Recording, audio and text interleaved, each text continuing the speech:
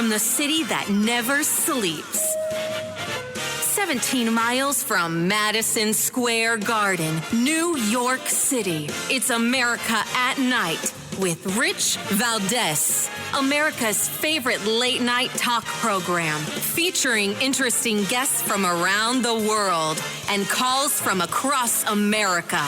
And now, here is your host, Rich Valdez. Hi there, good evening, and what's up, America? I am Rich Valdez, Valdez with an S, at Rich Valdez on all of the social media, your liberty-loving Latino amigo. Happy to be here with you. Let me give you the phone number if you want to join our late-night national town hall conversation. You're welcome to do so, 833-482-5337, 833-4-VALDEZ. So they've unsealed the indictment against Trump, and as we've speculated thus far, it's pretty much more of the same.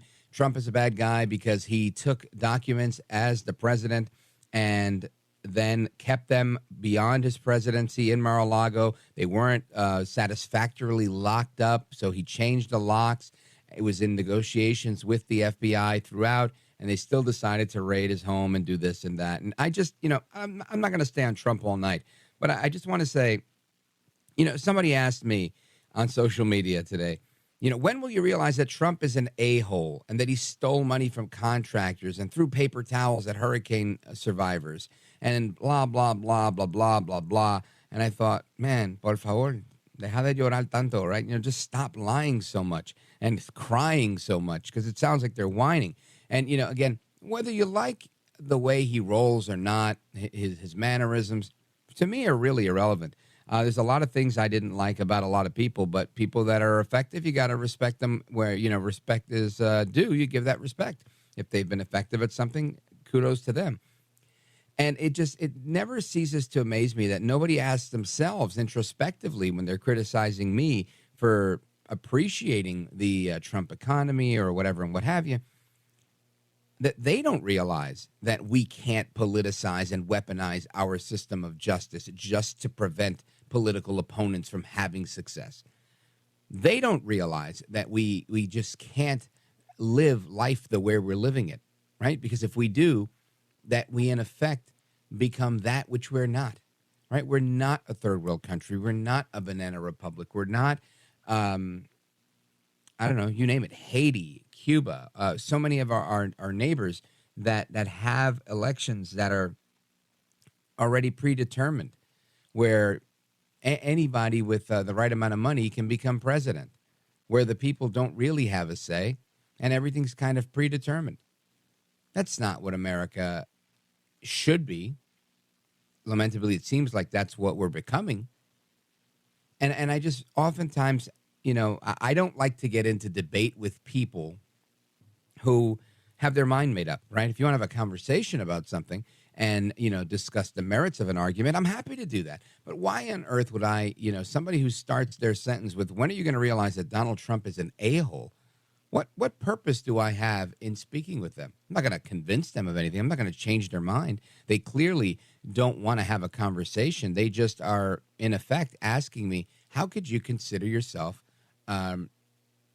someone of average intelligence? How could you consider yourselves a human being? How could you consider yourself a decent person and still support this man? That's really how they see it. And I never look at somebody and go, man, you're a really nice guy. How is it that you support Biden? I don't say that because I realize different strokes for different folks. And a buddy of mine, Adam Francisco, he's Mexican. I met him at a New York Young Republicans event last year, and nice guy. And he posted a video on social media. This was interesting because he was at a Dunkin' Donuts drive-thru. Now, for those of you who have never seen Dunkin', I think everybody in America has seen Dunkin', but if you haven't, it's a coffee place, sells donuts. Or maybe it's a donut place that sells coffee. I don't know. I think most people go there for coffee, though. And he gets into this thing where the person behind him is being rude to him in the drive-thru, and when he goes to pay, the lady he sees them, they're talking. He goes back around to talk to the person that he just paid. And he's like, what happened there? And she said, oh, the car behind you wanted to warn me that the car in front of me, you were a Trump supporter, as if saying, don't give them good service or whatever. And And then he went back the next day and got a follow-up from her. And I'm not going to play the audio of it because it's kind of long and protracted. But the point is, people are still going out of their way when they see a Trump bumper sticker or something in your window of your car, if you happen to have something like that on your car, and telling people to treat you a different way or suggest to them that you should be treated a different way. And it makes me think, if Trump wasn't effective, nobody would go through any of this effort to begin with, right? If he was really unelectable, they wouldn't be trying to put him in jail. And as Mark Levin, the great one, aptly pointed out, the crimes they're charging him with would put him in jail for the rest of his life, foreseeably, because he's 76 years old. So if they didn't believe that he could win, they would just let him be and ignore him and say, come on, Trump can't win, like they did in 2016. But they're afraid of that. They're afraid of allowing Trump to just run in a campaign. And that's why there's all this interference, election interference coming from the Justice Department, election interference coming from, arguably, the Biden administration. And that's a shame. Just because you don't like Trump, it doesn't mean that you're allowed to treat him this way or anybody else. Because, what they'll do to Trump now is what they'll do to anybody else later.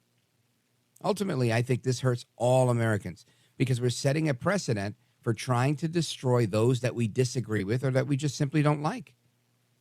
And I think that's wrong. Now, on an aside, I want to give a big shout out to all of my fellow Americans who are of Puerto Rican descent like I am, because this weekend is the National Puerto Rican Day Parade. Now, I know a lot of people get angry because Puerto Ricans get this big celebration on Fifth Avenue in New York City, and they're not even a state, right?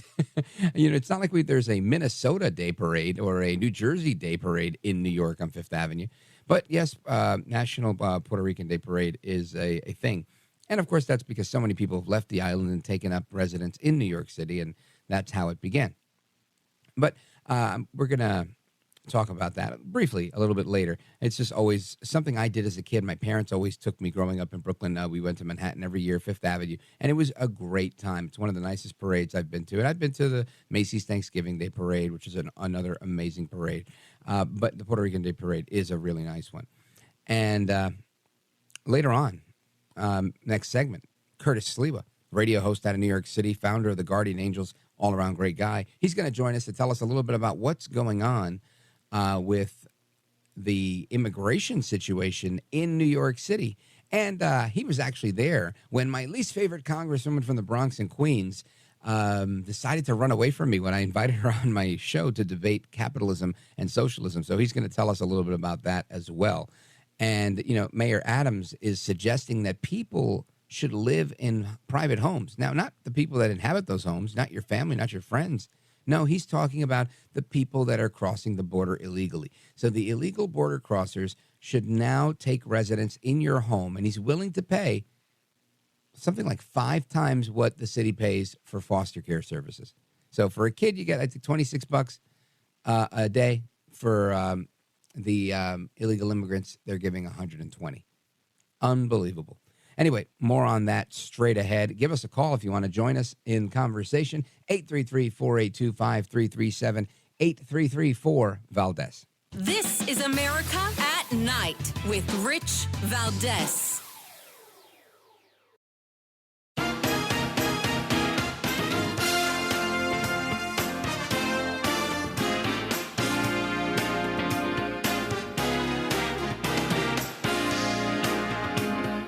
I want to listen to you, Rich, all the time. America at Night with Rich Valdez.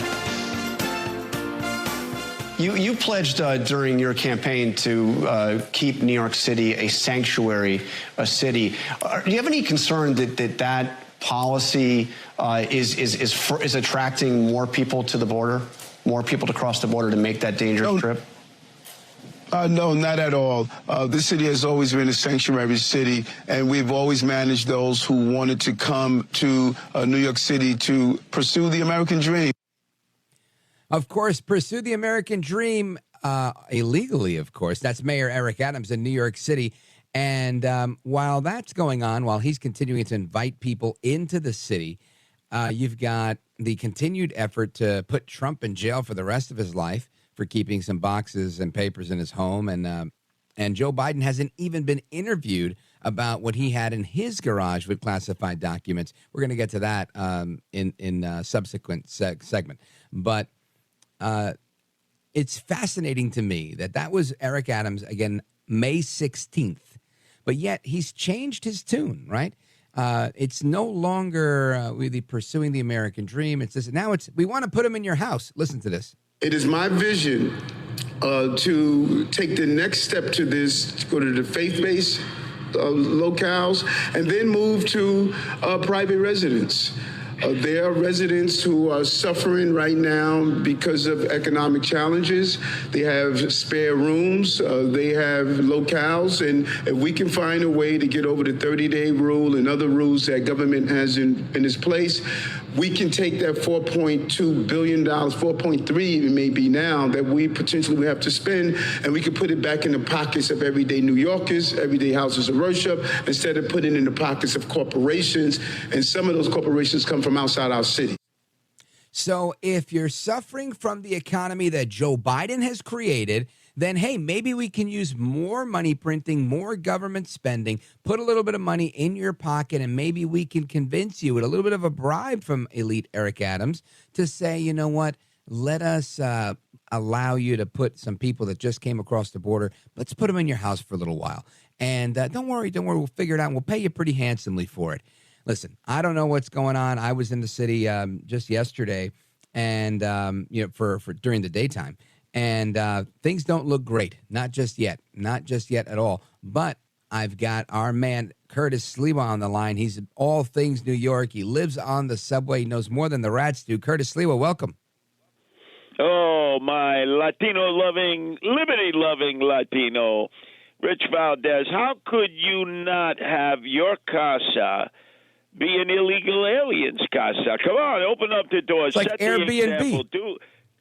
Yeah, you could. Who knows? They could be members of MS-13, 18th Street. They could be really bad hombres, or they could cut your lawn. They could muck out your toilets. They could do the work that average Americans don't want to do any longer. Look at it from the positive side, Rich. Ay, bendito. I don't know if I could do that one, Curtis Sliwa. I think this is out of control. I mean, I hear Eric Adams thrilled now. 3 weeks ago he was crying, we need your help. We need the federal government's intervention. And now that he's got his hands, or he thinks he's got his hands on a couple of bucks, now he's ready to spend it and do a little income distribution so that people can be appeased. Well, the main thing is here that he calls them asylum seekers. Okay, so you let 70,000 in, you call them asylum seekers. You and I, we call them illegal aliens. But we find out that only 36 have actually done the paperwork to seek asylum. So when confronted with that, Eric Adams, swagger man with no plan, mayor of the illegal aliens, immediately procured even more money from the local budget to go out and get people who knew Spanish as a primary language who could fill out the paperwork for a lot of these folks who really never came here seeking asylum. It was all a ruse. You show up at the border, mostly the Mexican border, or in some instances you get an easy pass. You fly into Toronto or Montreal, and then you come filter south across the border into New York State. And the next place you want to go is New York, because in New York you get everything. You get to stay in a 3-star hotel. You get 3 squares a day. You get your Obama flip phone. You get health care. You get things that an American-born and raised individual doesn't get. And people scratch their heads increasingly, African Americans, black Americans, who Eric Adams always said he wanted to prioritize, and they say, well, what happened to us? How come we're on the back of the line again just because we were born in America? Shouldn't we be first in the line to get served if we're poor, if we're impoverished, if we're emotionally disturbed, if we're homeless, if we're veterans seeking care? And clearly this mayor, who prides himself as the new face of the Democratic Party, has said, oofa to those born in America. We're going to take care of the illegal aliens first and foremost, because you got to understand, Rich, this goes back to Tammany Hall over a century ago. These were the Irish Democrats who welcomed the Irish immigrants from the potato famine. They gave them some petty cash. They found them a tenement to live in. And they said, always be grateful to the Democratic Party. And to the day they died, they not only had their children and children's children vote for the Democrats, but they touted what the Democrats stood for, care for the immigrants, and that the Republicans were the party of the rich and they didn't welcome immigrants. And so Eric Adams is just lifting a page that was very successful over a century ago.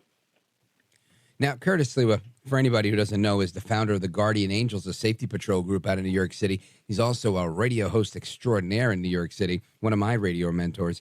And Curtis, I know you know what's going on here. What's the reception like to this plan? Are people doing backflips, and are they thrilled to get Adams's $4.2 billion in their pockets to house the illegal aliens, or is there some pushback on the streets? No, 1,000 times no. The price is, if you take an illegal alien in, you get $65 a day, room and board. And the city will take care of any of the other ancillary needs of that illegal alien. The problem is these illegal aliens have not been vetted. They haven't been given their shots. You don't know who they are, what their background is. They could be murderers, rapists, pedophiles. So far, other than the really goody two-shoes who are to the extreme left, who think this is a great thing to do as part of the revolution, nobody's really getting in line, especially the mayor. He's got Gracie Mansion. Many people have suggested, why don't you use Gracie Mansion? You're a single man. You don't have children. Such a huge place where the mayor resides. Take a few illegal aliens in yourself. And immediately he put up a firewall and said, well, I don't know if legally I could do that. Well, Rich, he owns a building, a private building in Bedford-Stuyvesant, not far from where they made the movie, the Spike Lee movie, Do the Right Thing. He's got 2 empty apartments in that building. Let him set the example. But, of course, it's do as I say, not as I do. No, I think he just threw that out there hoping it would stick on the wall. But I don't see any New York residents going for it, even though it's $65 a day per illegal alien. If you happen to have a church or a house of worship, he'll give you $125 a day. It's just not worth the risk or the hassle. Yep, and folks, again, we're on with Curtis Sliwa, radio host out of New York City on the legendary WABC. You can hear him doing tons of radio in the overnight. As soon as we wrap up here, he kicks off his program. And Curtis, of course, is the founder and CEO of the Guardian Angels Safety Patrol Group. We're going to continue with Curtis Sliwa straight ahead and discuss what's going on with the clubs that you've helped to start, the Ronald Reagan clubs, the clubs that are fighting against socialism, in particular the Democrat Socialists of America, who are really permeating the political scene in Queens, where my least favorite congresswoman from the Bronx in Queens, Alexandria Ocasio-Cortez, is a representative, and you've got others like Tiffany Cabana, a local one. But we're going to get into that as well when we come back. The battle between capitalism and socialism in New York City, which, of course, is raging across the country. We're coming back with Curtis Sliwa and your calls, 833-4-VALDES, 833-482-5337. Don't go anywhere. Don't move a muscle. We're just getting started.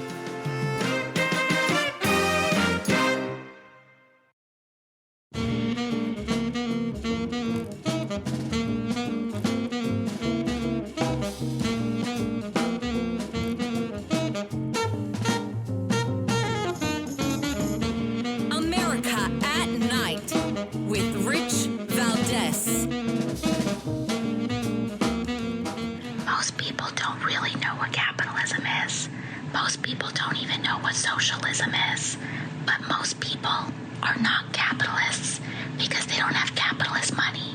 They're not billionaires. Of course, that's AOC, all out crazy. Some say all out commie. And she's whispering like our president, Joel Baboso Biden, saying that most people don't even know what capitalism is because they're not billionaires.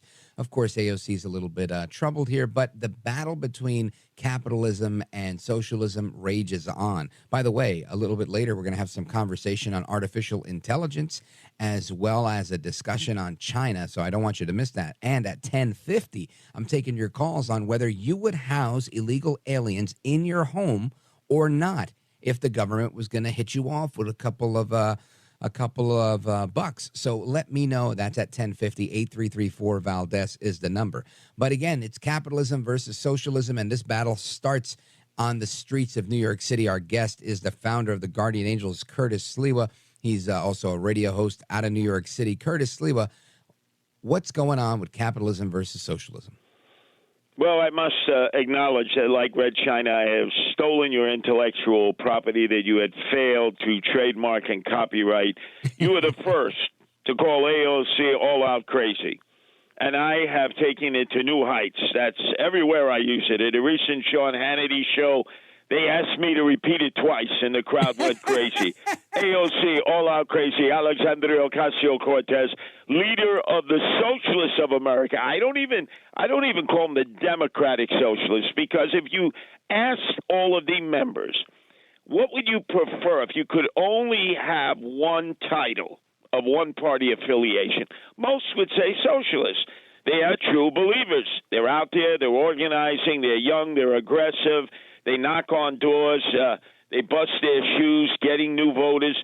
And more importantly, because they're young, they've combined both the serious nature of the body politics with socializing at night, which young people love to do. Go out to bars, gin mills, nightclubs, so that it becomes a social occasion, not just a work occasion. Go to most typical Democrat and Republican meetings. It's a group of older people. Any minute they're waiting for the Bluebird special. There's not a lot of energy. There's not a lot of activity. So they're moving into urban areas, these socialists, and they're overwhelming the local Democratic parties. The Republican parties are not much help because they don't want to engage them. They just want to hold on to whatever congressional districts they have or local districts. So I have started the Ronald Reagan Republican clubs. First in Astoria, Queens, which AOC, all out crazy, Alexandria Ocasio-Cortez, called the People's Republic of Astoria. I thought Tony Bennett was going to have a stroke at that moment because he's the Astoria kid. Then we organized a club in Staten Island, and now we're opening up a club in the Bronx on Flag Day, June 14th, which covers both of AOC's congressional areas, Queens and the Bronx. And we're taking on the socialists. And we have mostly moderate Democrats because, you see, when they hear the term Ronald Reagan, they're not put off. If they hear the term DeSantis or Trump, everything is so polarized today that although they're not thrilled with Joe Biden, they don't want to be seen as being Trump Republicans or DeSantis Republicans.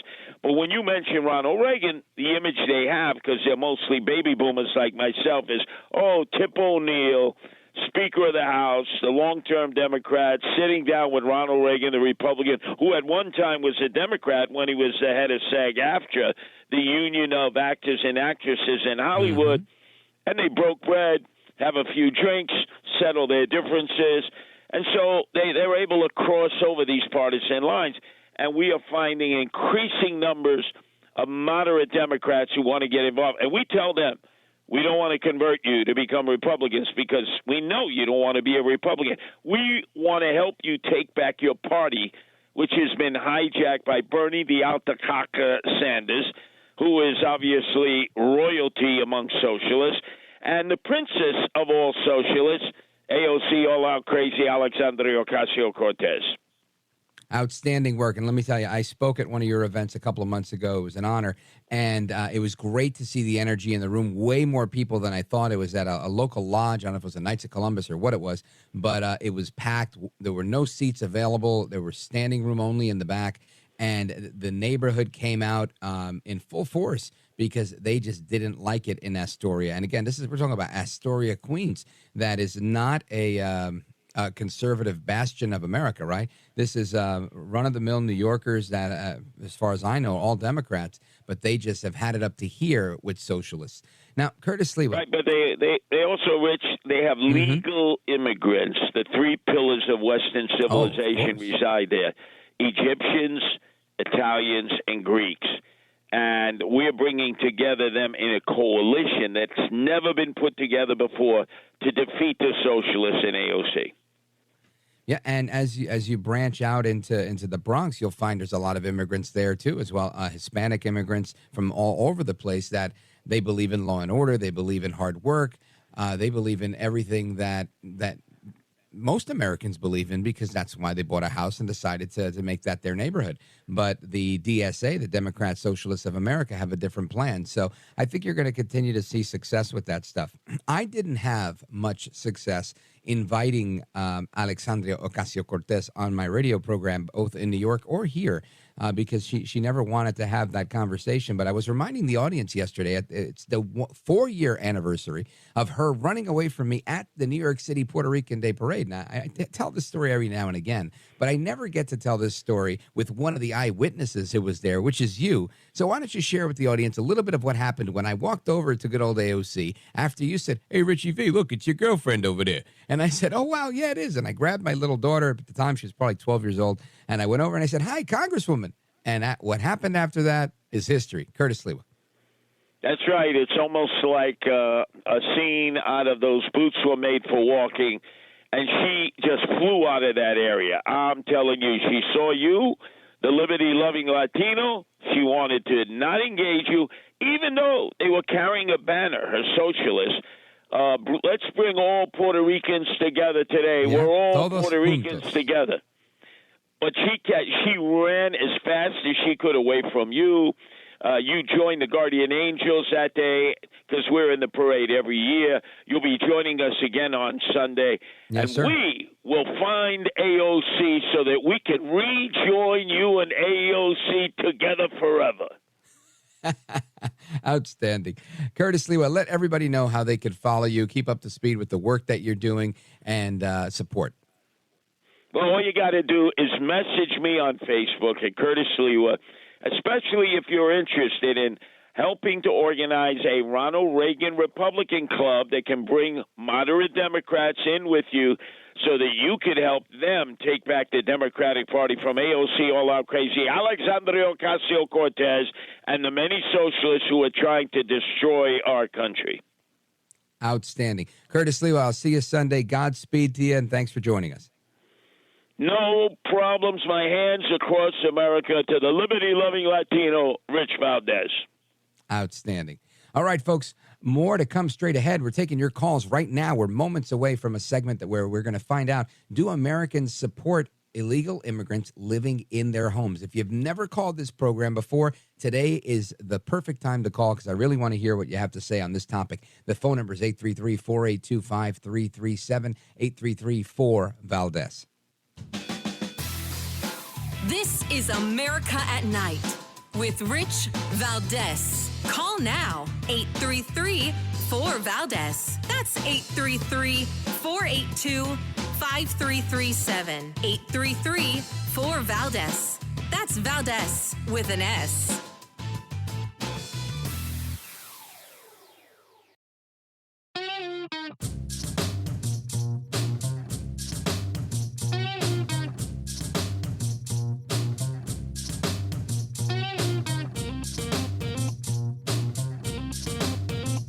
America at Night with Rich Valdez.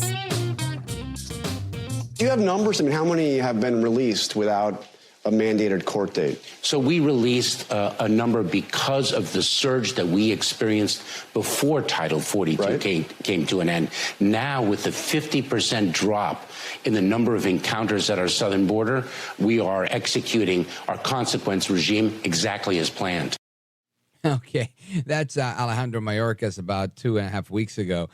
middle of May saying we're dropping these numbers by 50%. And, of course, that's because they're counting them differently, him and his fuzzy math. But we all know the reality because Eric Adams keeps coming on the news every day, the mayor of New York City, saying, look, enough is enough. Yeah, basta. We've got too much. And now he's actually asking people to let immigrants into your home, right into your personal private home. Will you do it? And most people say, oh, I would do it. I would do it. And then when it's push comes to shove, they're like, well, I don't know if I can. I don't have the space. So now they're bribing people, saying, look, here's $65 if you're a private person, $120 if you're a church or another type of nonprofit. And again, blowing away what they would pay you if you were taking in an actual foster child that's an American baby, right? So, or teenager.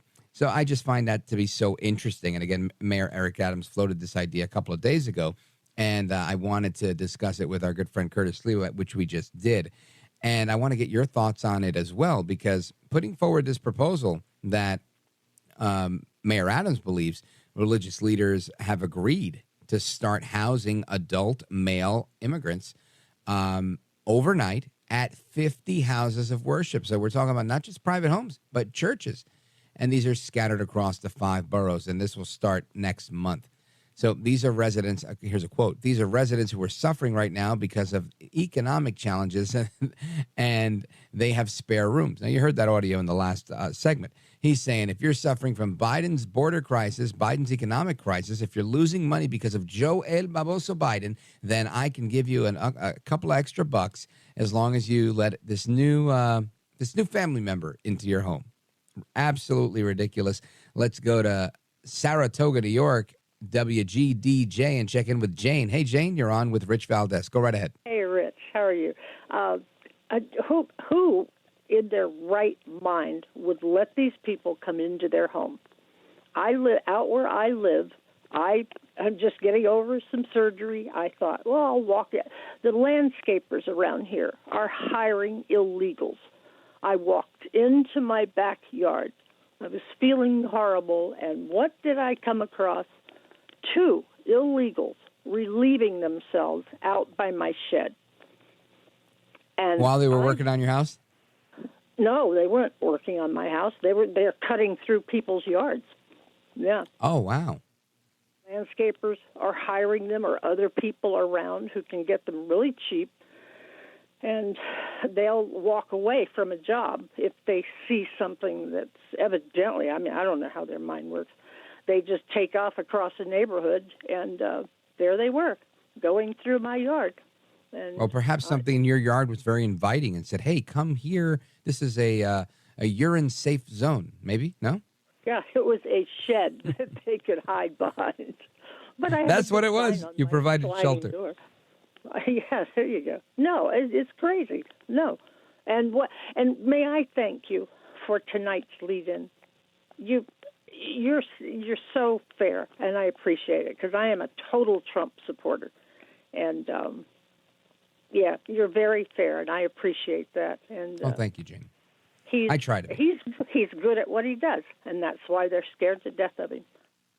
Right. Yeah, I agree with that. Again, if people don't come after you unless you're doing something good, if you're of no consequence, then they don't care. And it's lamentable to see what's going on, but that's exactly what seems to be happening. So we're counting you as a hard no for allowing a migrant into your home and getting a check from Mayor Eric Adams. Yeah, very much so. That's crazy. No, that's insane.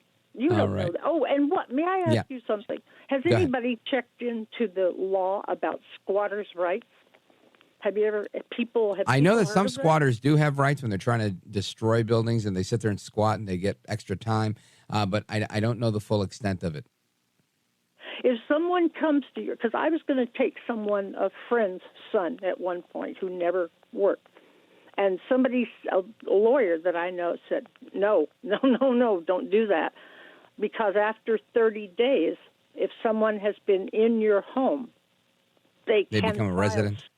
Yep, they're a resident, and you would have an impossible time getting them out of your home. Imagine having to evict an illegal alien from your home. I just imagine that. Anyway, Jane, thank you for the call. I appreciate your kind words. Have a great weekend. We're going to come back to the rest of your calls. I see we've got more calls coming in on this decision on whether we're going to allow illegal immigrants in our homes or not. Getting to your calls now, 833-482-5337. This is America at Night with Rich Valdez. Call now, 833-4-VALDEZ. That's 833-482-5337. 833-4-VALDEZ. That's Valdez with an S.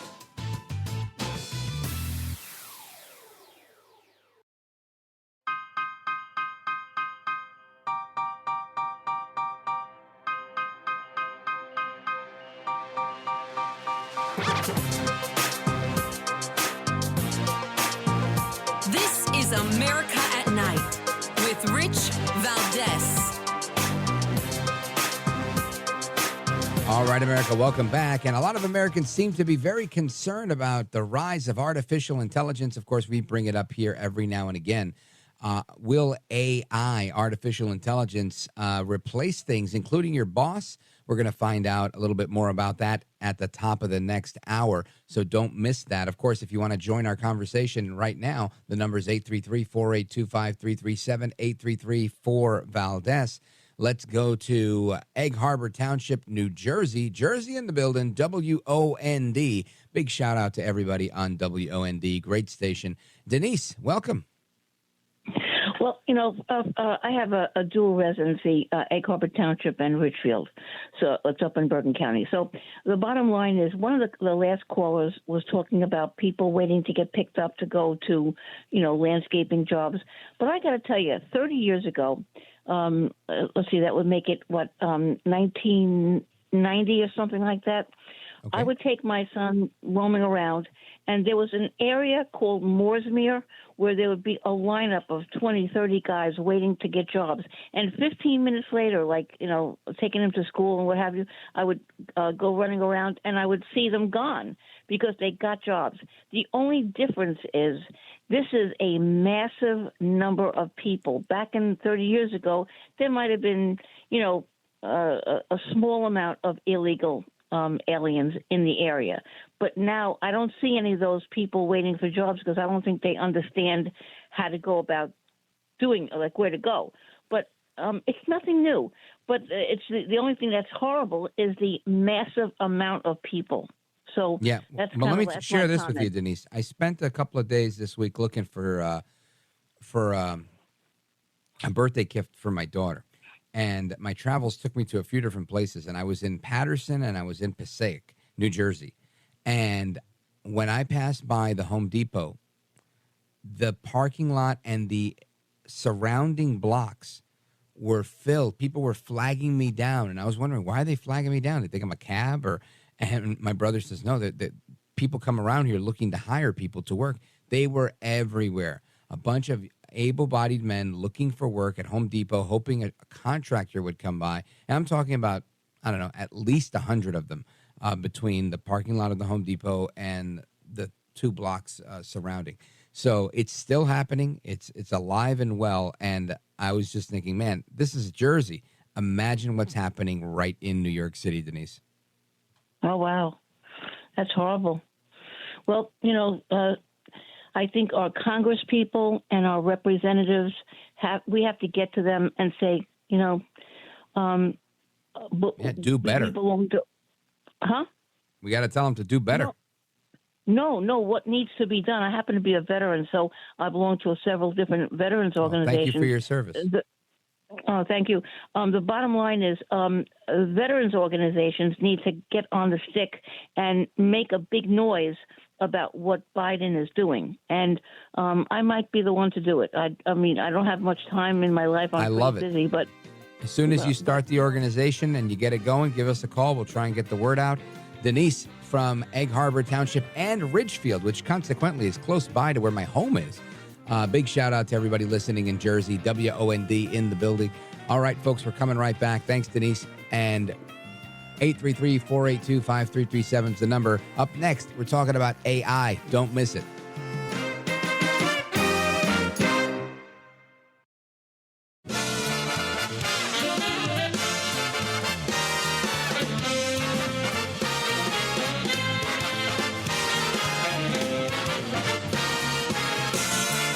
Live from the city that never sleeps. 17 miles from Madison Square Garden, New York City. It's America at Night with Rich Valdez, America's favorite late night talk program, featuring interesting guests from around the world and calls from across America. And now, here is your host, Rich Valdez. Hi there, good evening, and what's up, America? I am Rich Valdez, Valdez with an S at the end. Our phone number, if you want to join the late night national town hall conversation, 833-482-5337, 833-4-Valdez. And Trump has been charged with 37 counts in this new indictment. You would think with these criminal charges for holding on to classified documents, possessing the documents, being the guy that could actually declassify the documents, all sorts of things. You've got these hearsay pieces of audio that are coming out. I mean, it's really just quite a spectacle, in my opinion, what we're watching, especially now that he's running for president. Didn't happen the day he left the presidency. Didn't happen, a month or 6 months after he left the White House. It's almost as if they were like, you know what, we're going to come after you with everything we've got if you try to run for president again. And we're watching it right now. It's like the old saying, they're going to throw everything at him. But the kitchen sink. I think they're giving him the kitchen sink and everything here. That's that. Now, let's see. What else do we have here? We've got, what's this here? 29 million gun owners have refused to comply with Biden's ATF new pistol brace rule. We'll talk about that at the top of the next hour. And artificial intelligence. There's a couple of stories on this. Artificial intelligence, interesting topic because people are always leery about new technology. I'm one of them. And story here in Barron says 20 artificial intelligence stock picks and 10 AI predictions. And there's a dip in some of these stocks. So this is why they're offering these picks. Then you've got a garbage truck. They're saying that they can create autonomous garbage trucks that are maneuvered, managed, and driven by AI, kind of like those self-driving Teslas that ended up killing that guy and another person, right? I remember when that was happening. And I can tell you, I don't want to be the person that gets killed by an autonomous garbage truck, an autonomous electric vehicle, an autonomous anything. I don't want to be in it. If I call for a drive share like Uber, Lyft, one of those things, and they send me somebody without a driver, I'm good. Right? I'm good. I'm going to pass on that one. I don't want to do that. But a lot of people are buying into artificial intelligence. And there's an article in Forbes where they're talking about what artificial intelligence can do and what it can't do and how it affects leadership. And will AI replace great leaders? I would suppose that it can't, but we're going to get to the bottom of that with our guest, Gareth Gwyn. He's the author and founder of Let's See Labs, and I want to get with him on this because artificial intelligence is obviously a super hot button topic, and we are going to find out what's going on. Gareth Gwyn, welcome. Thank you so much. Great to be here with you. My pleasure. Forgive me, I misgendered you. No worries at all. I want to get into a little bit of this AI stuff because obviously we talk about it on this program every now and again, and I see some benefit to it. I think that it can be of use in certain areas, but for many people it's just scary. We just saw an article that's I think it was just last month that 4,000 jobs were replaced by AI. I believe Amazon has been laying people off, and they're saying that they're planning on using AI, as well as other companies are planning on using AI to permanently replace people and permanently replace certain roles. So with that being said, do you think that AI will replace the role of a good leader? I think in some ways that it will, and in some ways that it won't. I think in terms of the capacity, AI is based off of a neural network, which is based off of the human brain. And so AI itself as a technology, the computational power that it can have surpasses the amount of computational power that a brain can compute and be conscious of its own computation in that time. So I think that actually from a standpoint of like solving equations very fast or analyzing and pattern recognition and some roles that require a lot more of that quantitative analysis and pattern recognition, I think that there are going to be places where it's superior to what a human can do. And then in other areas, I think that what it does is invite us into our own creativity and invite us into seeing, wow, okay, so now all this other stuff is taken care of. What does this leave space for? What am I being called to, and where can I produce in society, and where can I, contribute in a new way? So I think it's asking us to change. And change can be hard, and also change can be what can also be transformative for us as well. So I think that it actually has the power to bring out better leadership in people if they're willing to say yes to change.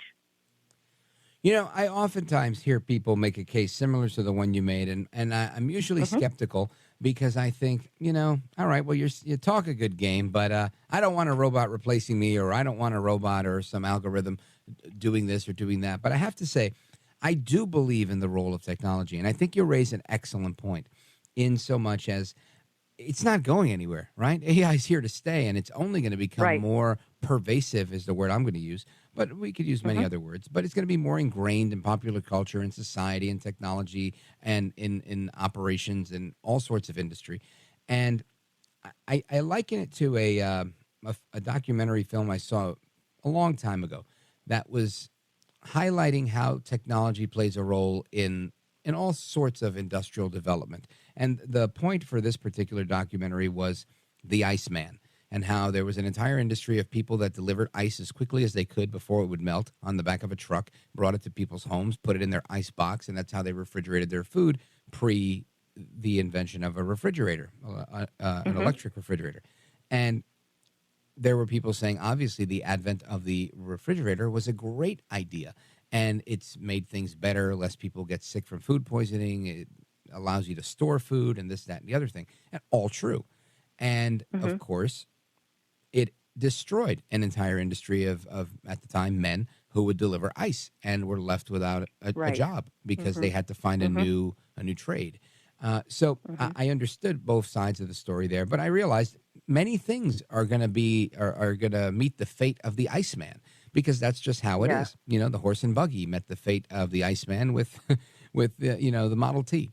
So I get that, and I think AI is also going to replace things that, frankly, if I'm being frank, have been dissipating, right? I think many people can say, whether you want to blame it on the pandemic or not, that customer service or even accuracy in a lot of interactions in fast food or other food service scenarios has suffered since the pandemic. And people just aren't as sharp or as willing or as kind or whatever as committed to customer service or hospitality. And this is an area where maybe AI can help alleviate some of that by putting less of the people that aren't equipped to be customer-facing employees to be in other roles where, maybe you could replace it with a kiosk. And I'm not advocating that. I'm just saying I think that's a thing that's real.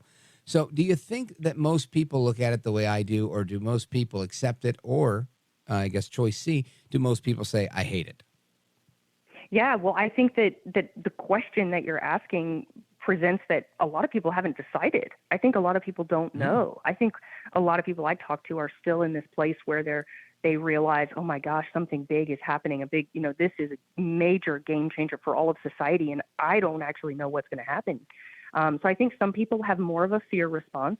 Some people have more of an excitement response. But either way, I do feel like I hear a lot of people kind of like facing the unknown, having to face new territory, with some having stronger opinions than others. And a lot of the conversations that I'm engaged in around it also deal with just the consciousness aspect and sort of the uniqueness where, the human brain is connected to a nervous system, which allows us to feel compassion and empathy, whereas the neural networks of a lot of AI systems don't have that nervous system that allows them to feel.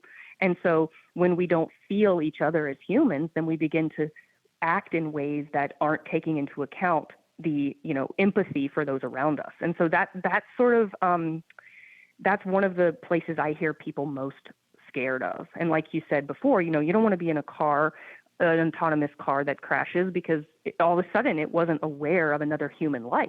And so that sort of consciousness and awareness and empathy piece, I think, is one of the most interesting points of dialogue right now.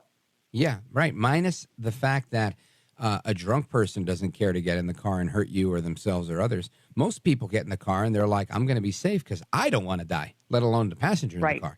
Right. So you lose that when you have a AI-operated system. Folks, we're on with Gareth Gwyn. She is the author. I don't have the name of the book. I got to get that. I will get that in a moment. And founder of Let's See Labs. Every dad loves a good steak. Every dad. That's why I like Omaha steaks, right? They're perfectly aged. They're always tender and guaranteed to be delicious. This Father's Day, the experts at Omaha Steaks have made it super easy to put a smile on your dad's face.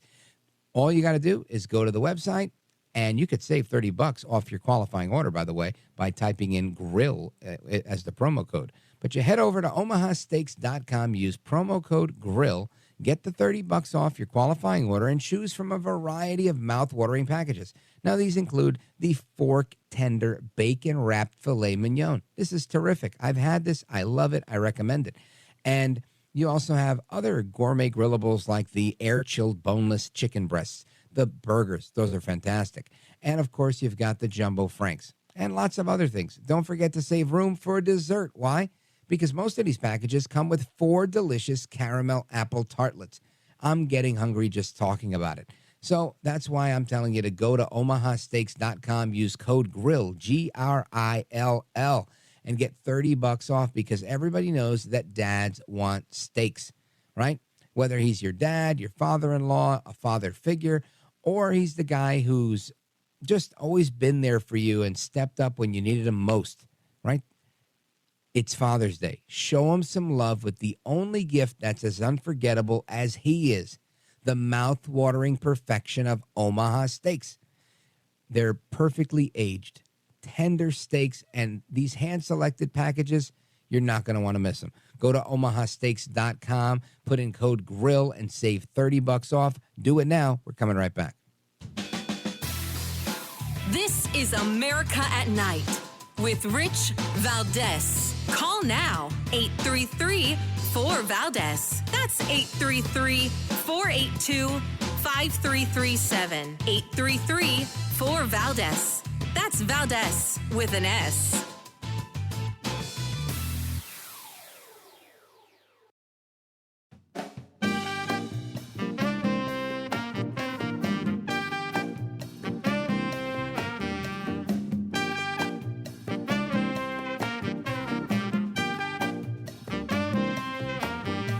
America at Night with Rich Valdez.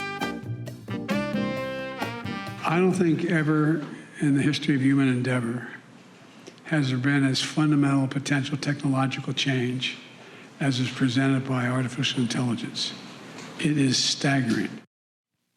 Of course, that's President Biden. He was having a conversation with the Prime Minister of England 2 days ago discussing AI. I played that clip before, and I'm playing it again because there are so many questions around artificial intelligence. And we're going to get into that right now. I just want to remind you, we got Gordon Chang. He's joining us in the next segment. We're going to talk about China. So as we talk about AI, we're going to talk about the threat of China as well. But right now, I want to continue our conversation with Gareth Gwyn. She's the founder of Let's See Labs and the author of You Are Us, How to Build Bridges in a Polarized World. And I think that's important. And that's what I want to kind of focus on now is those two things. A, how we build bridges, and B, what are your thoughts on how the government is going to regulate AI moving forward? Yeah, it's interesting. One of the things I'm curious to see is how they will be able to regulate something that in some ways starts to take a life of its own, which is the reason that it is something to elicit fear in the first place. Is like, where will they try to clamp down, and where will it skirt around it. And that's kind of, what similar narrative that happened with cryptocurrency as well. It was like, oh, this thing has a life of its own, but then the government tries to come in and find these different ways to regulate and control. So I think from an AI perspective, I think that the companies that are creating the technologies, the government is going to work very closely with and try to create specific, I guess, barriers for certain topics, like a jail in a way. When using the technologies, people will say like, oh, I found a jailbreak in order to get around some sort of regulation that was already imposed within that system. But I think it's going to be unique to each company. Fascinating. Yeah. Fascinating. Yeah. I'm thinking my initial thought on that was that we would just use existing, like IP law and whatever for those things, but it expands beyond intellectual property and so many areas, this AI stuff. So it really feels like the wild, wild west. And I am curious to see how that unfolds. And I agree. The other part of what I wanted to discuss with you, and I think probably one of the most important parts to underscore here is your book, You Are Us, How to Build Bridges in a Polarized World. What prompted you to write a book about that?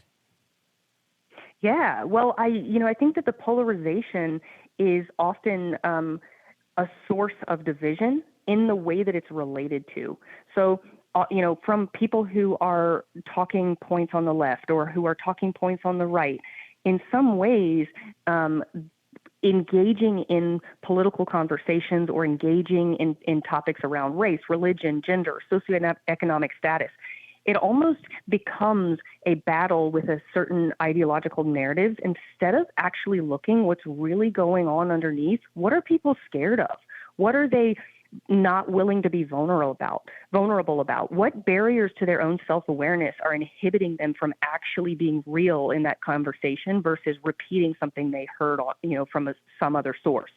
And so in our programs and workshops, we work with leaders to try to say, hey, what is it inside of you that you can take responsibility for to show up in ways that elicit inspiration and people wanting to learn more and be curious to expand their perspective instead of activating defensiveness in each other. And so that's really what I feel like in order to get to a collaborative place where we don't have to agree with everything. And we certainly can still have a boundary and say no and disagree, but the way in which we do it still can be collaborative and become more generative. And I think in that way, sides that are seemingly opposed can actually begin to serve each other.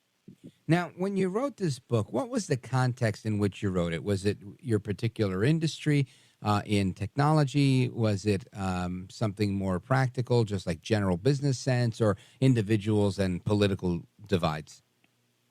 The original source came out of my curiosity around what do leaders who have come to know their sense of worth and their wholeness beyond their external conditions, and what are these leaders look like across varying contexts, and can I talk to them? So I interviewed people from all over the world who had really gone through this transformational journey.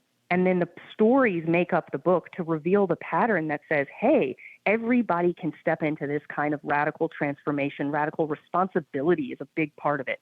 And learning how to feel and grieve and understand that actually the challenges that are presented to us culturally and in our society, when we feel all this pressure, for example, with AI, if we feel something oppressing us, or we feel scared of it, how can we actually leverage that fear and that judgment and turn towards it and learn from what it is inside of ourselves that we can, step and take responsibility for stepping out of a fear state, out of a fear-based state. And so that was, part of what I was interested in, and that is applicable to leadership across all different, environments and communities. We work with academia and spiritual communities and work a lot with corporate teams as well, which we found really effective in terms of getting teams together to actually work and get the work done instead of actually focusing on distracting issues that they're scared of. So, in essence, remaining positive and keeping an open mind. How else would you, I guess if you had to give a singular piece of advice to the folks that are listening on how to do this in about a minute or so, I would say that when piece of advice. Yeah, I would say that when we feel ourselves judging somebody else or when we feel we want to blame somebody else, that's one of the biggest gems. If we actually learn to relate with that in a way that we can find the part of us that we haven't accepted, or that is actually not taking responsibility, and we actually transform that, then we can deal with the external. We can still show up and say no, or have, like I said, have boundaries. But the way that we feel and the way that we show up, our own way, feeling free inside of ourselves, transforms everything. And so I would say that's the biggest piece, is that to change the relationship around when we feel judgment or blame in people outside of us. All right. I'd love to explore that a little further one day. I wish we had a little bit more time. Folks, let me urge you to get the book and check it out. It's called You Are Us, How to Build Bridges in a Polarized World. The author, Gareth Gwyn. Gareth Gwyn, let everybody know how they can get a copy of the book. Yeah, thank you so much. On the website, letsseelabs.com, it shows the programs and a link to the book right on the website, letsseelabs.com. Well, I want to thank you for being with us. Godspeed to you. You as well. Thank you so much. You bet. All right, folks, more to come straight ahead. We're going to pivot to international affairs and discuss China with Gordon Chang. Don't move a muscle. We're coming right back.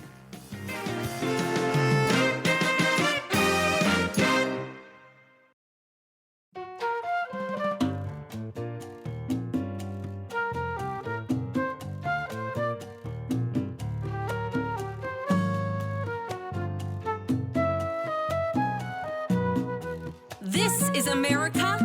This is Night. This is Rich Valdez.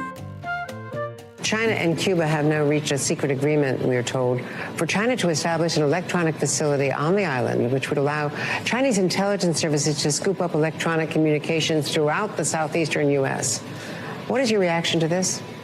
Look, I've seen that press report. It's not accurate. What I can tell you is that we have been concerned since day one of this administration about China's influence activities around the world, certainly in this hemisphere and in this region. We're watching this very, very closely, and we will, and we have, and will continue to take steps to mitigate any potential threat that those activities might pose, so that we can make sure, and we're positive, that we can continue to defend this nation. You're saying it's not accurate that they're planning this? I'm saying we've seen the report. It's not accurate. All right, that is former Admiral John Kirby, NSA spokesperson, and he is sounds like he's obfuscating in trying to answer a question there from Andrea Mitchell. And this is from a headline in the Wall Street Journal. China and Cuba have reached a secret agreement for China to establish an electronic eavesdropping facility on the island in a brash new geopolitical challenge by Beijing to the U.S., according to U.S. officials familiar with highly classified intelligence, so leakers. An eavesdropping facility in Cuba, roughly 100 miles from Florida, would allow Chinese intelligence services to scoop up electronic communications throughout the southeastern United States, where many military bases are located, and monitor U.S. ship traffic. This goes on, and we'll discuss that. But I want to bring in one of my favorite experts on China, Gordon Chang. You can find him on Twitter at Gordon G. Chang, and he's the author of The Coming Collapse of China. Gordon Chang, welcome, sir. Thank you so much, Rich. Thank you. It's a pleasure to have you, brother. Thanks for staying up late to be on the program. I want to know here, what's going on? One of these people are lying, right? The Wall Street Journal or John Kirby? Which one is it? My guess is that it's John Kirby. And the reason is that his denial was tortured. And my sense is that he's trying to make a technical argument. One of the things that's been widely reported, and this for years, is that China has actual listening facilities in Cuba already. It sounds like they're listening to you, Gordon Chang, and they just hit you with the Havana syndrome. Just kidding. While we work on getting Gordon Chang back, because I hope he did not get Havana syndrome. I said that jokingly because we lost the connection with him, but we're working on getting him back. I believe it's important that we continue to just understand what's going on here, right? Because these officials that are familiar with the matter, a.k.a. the leakers that leaked to the Wall Street Journal, they say that China has agreed to pay cash-strapped Cuba several $billions to allow it to build the eavesdropping station, and that the two countries have reached an agreement in principle. Now, I don't know how true that is, but hopefully Gordon Chang can help us figure it out. Gordon Chang. Yeah, Rich, we don't know the truth right now, but it sounds like John Kirby is trying to make a very technical denial, and that should, of course, raise red flags. But the story here is that there have been reports for years that China has listing facilities in Cuba already. They're at Lourdes, Bayucal, and Santiago de Cuba. And these are unconfirmed, as mentioned, but the point is that at Lourdes, which was perhaps the largest Soviet listening post during the Cold War outside the Soviet Union, it is almost certain that there are Chinese there. So I think that basically Kirby is trying to say, well, there's no new facilities. But, yeah, they've been there for quite some time, I think. I see. Right. So that could be one way for him to kind of wiggle out of this. So do you think that the reporting in the Wall Street Journal is accurate, that there's, I guess, a new facility, or is this just reporting on these existing facilities? Yeah, it seems like it's new. Well, apparently, yeah, China probably is building out expanded facilities at some place where it already is. So, for instance, at Lourdes, which is an important facility, probably China is adding a few buildings. Now, Kirby may say, no, that's not a new facility, but the point is China is putting more money into something, is my sense of really where we're going on this. And in your opinion, and I know you're really well versed on this stuff, to me this sounds like a very bad idea, but how big of a threat is this to the United States, having China with a magnified presence that close to the United States? Well, of course, that close to the U.S., they'll be able to pick up a lot of activity, signals intelligence, which they wouldn't get through other means. But let's remember two things. First of all, we have, established diplomatic relations with Havana. What we should be doing is cutting off those relations if these reports are true. Second thing is China is picking up a lot of intelligence from American soil. We've allowed this, and that's something we can do about. So I think that we should really be thinking about all the ways China collects on us from inside our borders. Now, I'm guessing some of these ways are these AKA weather balloons, right, that went awry recently. But there are other ways they're collecting data. Tell us about them. Yeah, sure. So, for instance, China's embassy in Washington, D.C. on Connecticut Avenue is in a pretty high location that overlooks Washington. Why we allowed the Chinese to build the embassy there is really beyond me. Also, of course, they use their consulates. They've got 4 of them left, and they've used those for all sorts of espionage. And the Chinese state enterprises, Chinese state banks, you name it, they use every point of contact with our society to collect intelligence from us, and we should not be permitting that. Folks, we're on with Gordon Chang on Twitter at Gordon G. Chang. Make sure you give him a follow and check him out. We're discussing the continued threat that China poses to the United States and how, in my opinion, they're getting a little bit more aggressive in their take. We saw recently a little standoff with ships. We've seen it with airplanes. We've seen it with just about everything. And it seems like they're giving the proverbial middle finger to the United States every way they can. Don't go anywhere. Keep it locked right here. Gordon Chang is with us until the top of the hour. The phone number, if you want to join the conversation, 833-482-5337, 833-4-VALDEZ. This is America at Night with Rich Valdez.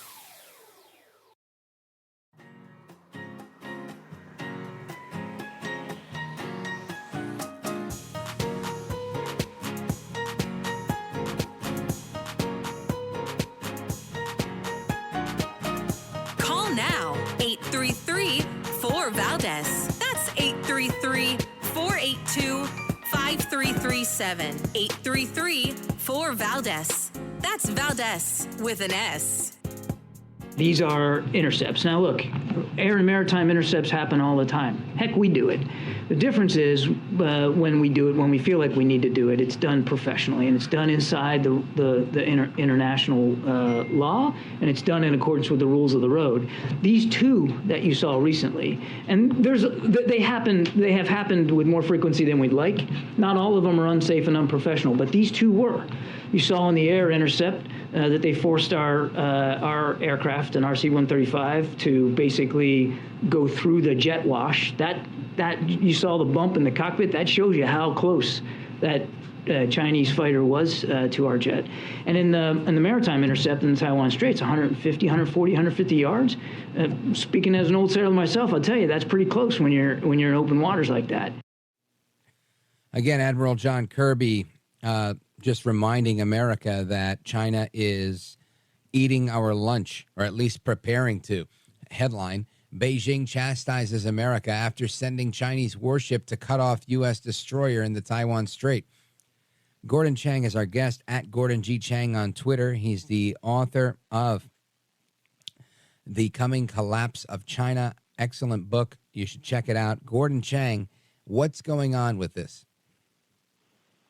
Well, China is trying to provoke incidents in its peripheral waters. There was the maritime incident in the Taiwan Strait. That was a couple Saturdays ago, and that involved the U.S.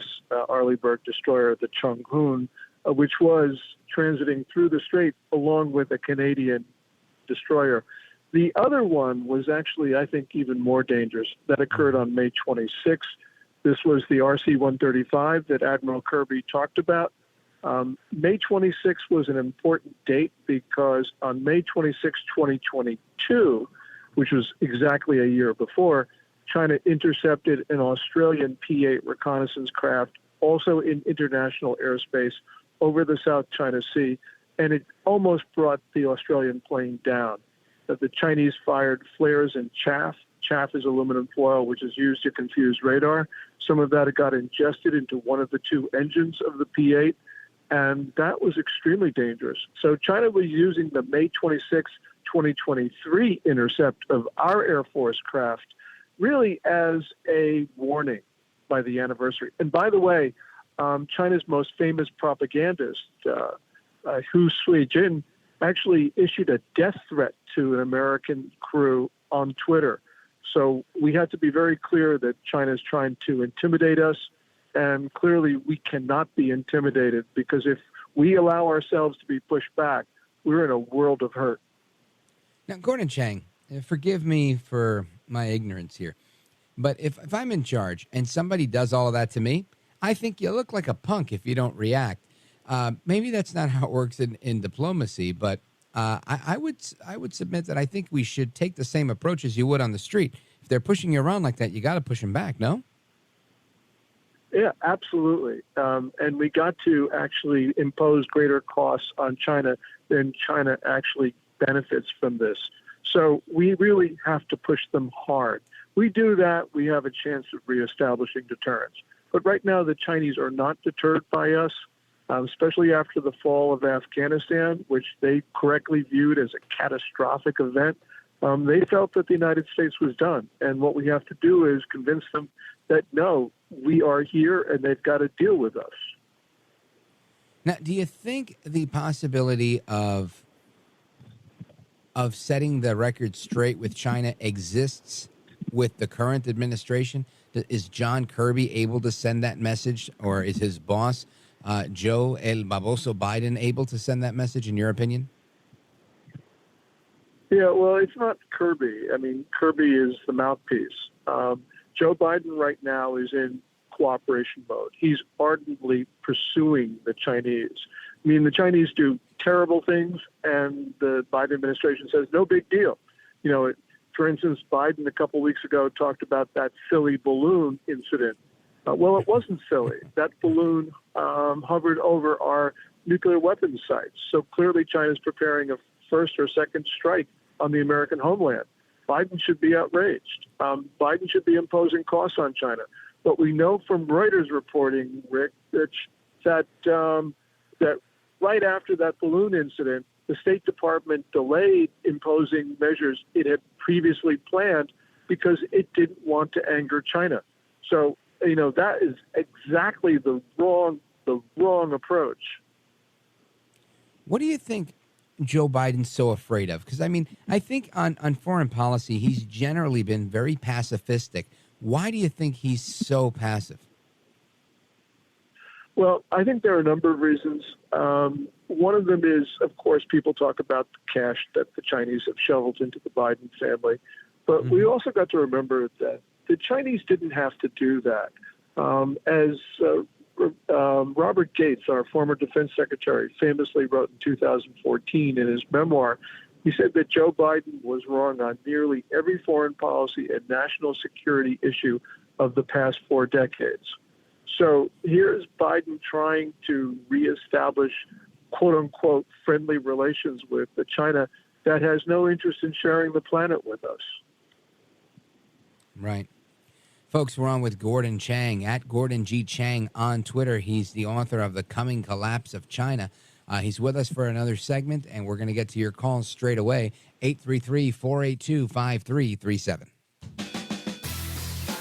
This is America at Night with Rich Valdez. Call now, 833-4VALDEZ. That's 833-482-5337. 833-4VALDEZ.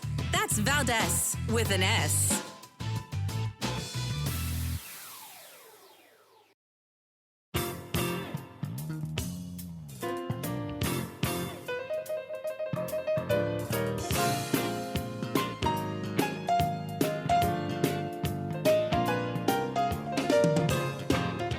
This is America at Night with Rich Valdez.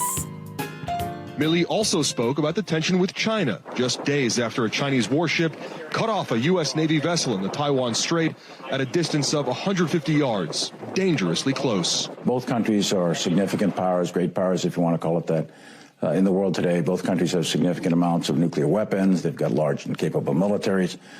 So a conflict between great powers. Arguably, we're in competition, and arguably we're in confrontation, but we're not yet in conflict. Milley says communication with Beijing is key to avoid conflict. And I personally don't think that war between China and the United States is inevitable. I don't think it's imminent, but it needs to stay in a status of competition. In order to do that, countries have to talk to each other, and in times of crisis, it's necessary to de-escalate. All right, so folks, we're on with Gordon G. Chang on Twitter, and we have a caller with a question for Gordon Chang. Jacob in San Jose, California, KVTA. Very quickly, go right ahead, sir. Rich and Gordon, a couple of years, maybe 3 years ago, I saw what seemed to me like seagulls circling up in the sky here in San Jose, but one of them just took straight off, and then all the rest followed it. And I saw the same event about a couple of years later, and I saw some news stories that the Chinese here in the Bay Area had a facility that was experimenting with drones. Are the Chinese using drones here in the United States for intelligence gathering purposes? Thank you, Jacob. Gordon Chang? That's a great question, and in a sense they are, because most of the world's drones and most of the ones in the United States are made by a Chinese company called DJI. Now, DJI drones are connected to the cloud unless you opt out. And if they're in the cloud, I think that China is probably capturing all of this imagery that we Americans have, taken. So, in a sense, China is using the drones that it manufactures, which we fly, to obtain imagery about the United States. It's a very roundabout way of getting into the interior of the country, kind of a back doorway, similar to what people criticize the Chinese of doing with TikTok, right, Gordon Chang? Well, TikTok is, I think, even more direct because TikTok has broken every data security promise it's made to us. Data from TikTok is piped directly to Beijing. People in the United States sometimes who work for TikTok don't even have access to it. And really what we are seeing is China using TikTok to surveil the United States. But also the other aspect of TikTok is that they are propagating their narratives. And they do that through TikTok, because TikTok has a very powerful algorithm determining what you see and what you don't see. So it's able to take its propaganda and put it into the U.S. onto 150 million phones. So TikTok's not what it's cracked up to be. The Chinese are not just in Cuba for a good cup of espresso. They're spying on us, Gordon Chang. I want to thank you for being here. Let everybody know how they could follow you and follow the work that you're doing. Yeah, on Twitter at Gordon G. Chang, GordonChang. And I archive my articles for free on my website, www.gordonchang.com. Now, Gordon Chang, I want to thank you, brother. It's always so insightful. My best to you and your lovely wife, Lydia. Thank you for staying up late and informing America on the what seems to be a threat that seems to be getting more malicious by the day. I thank you, sir. Well, thank you so much, Rich. I really appreciate it. You bet. All right, folks, more to come straight ahead. It's Open Phone America. Your calls are welcome. I see the calls are already starting to pile up, so we're going to get to you very shortly. 833-482-5337. 833-4-Valdez is the phone number. We've got a lot of topics on the table. It's Friday night, so we're going to have a free-for-all. I'm looking forward to it. Open Phone America coming up right now. Don't move a muscle.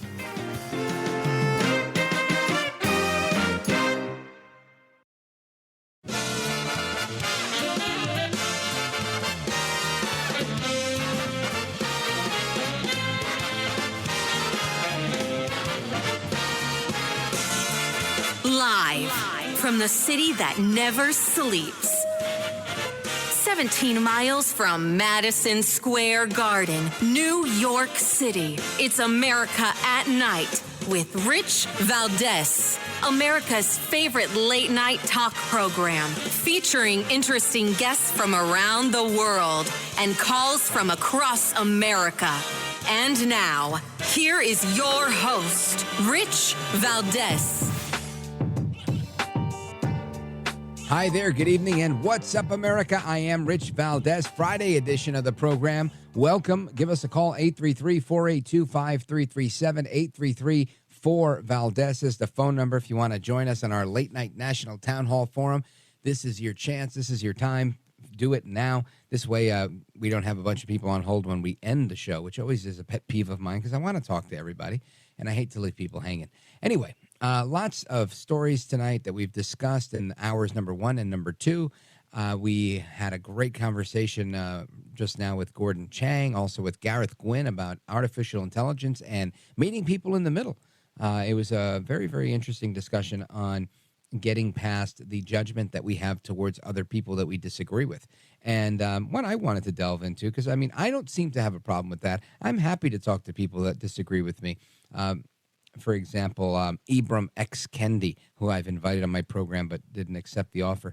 I've also invited Alexandria Ocasio-Cortez, and she has also never responded. Matter of fact, ran away from me once when I saw her in real life. I was like, hey, what's going on? And, but I do enjoy, and I don't want to debate. I really want to have a conversation about things because I see things a certain way, and I'd like to have that conversation. But sometimes it's like the old book, Men Are From Mars, Women Are From Venus, right?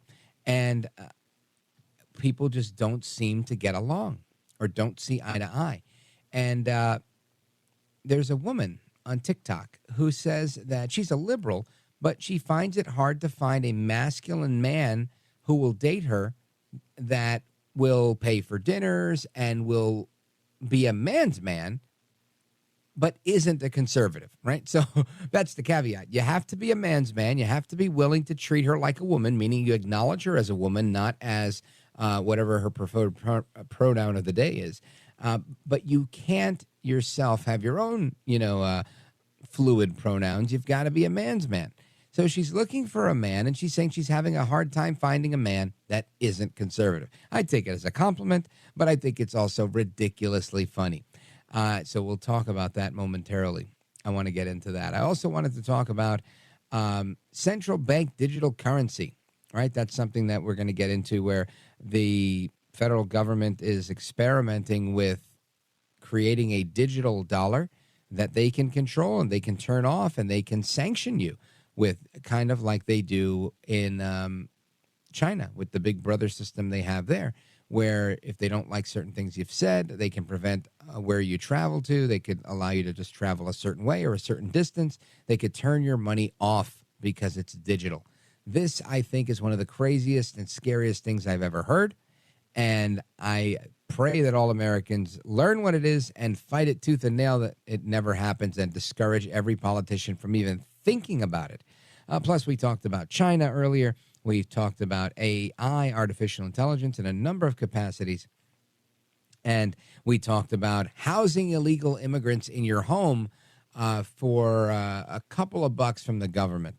So that's what's on the table, plus anything that you want to add to the conversation. Again, give us a call, 833-4-VALDEZ, 833, the number 4-VALDEZ. Now, before I get to your calls, I want you to go for a quick perusal through your mental Rolodex and think about what you would do, right? What you would do if you were looking for a mate and your mate was not very conservative, or was too conservative but not very manly, right? Listen to this audio. Do you want to know one of the saddest realizations I recently had? Was that as a liberal woman, it is really hard to find a man who is willing to play the more traditional masculine role in the relationship in today's day and age, who is not a conservative. A man who wants to pay on the first date, who wants to open your door, who has that want and desire to take care of you and to provide, who is not a conservative. And obviously, as a liberal woman, I do want to be respected for my independence, and I do want to have my own autonomy in the relationship and not be confined or conform to the traditional female homemaker, childbearing role. And most of the men that I've dated who do have that more natural provider masculinity about them are normally conservative. So I don't really know what to do, because I don't want to compromise my morals and values just to find a man. But am I asking to have my cake and eat it too? You know, I don't know how to answer that in English, so I'll say it in Spanish. Tírate pa' acá, que aquí está el macho, right? I am the man. I'm right here. Listen, I think she's ridiculous, but I think it's legitimate, right? There's a lot of women out there that are looking for a real man. The ridiculous part of it is she is realizing and making the case against what she's actually talking about, that if you want a real man, then get the conservative guy, right? I mean, what's the big deal? Right? Let him have a little beard, a little scruff, a guy that's going to open your door and do the right thing. You know, I don't know. That's what men were supposed to do. And we're coming right back. Your calls are welcomed. 833-482-5337, 833-4-VALDEZ. This is America at Night with Rich Valdez.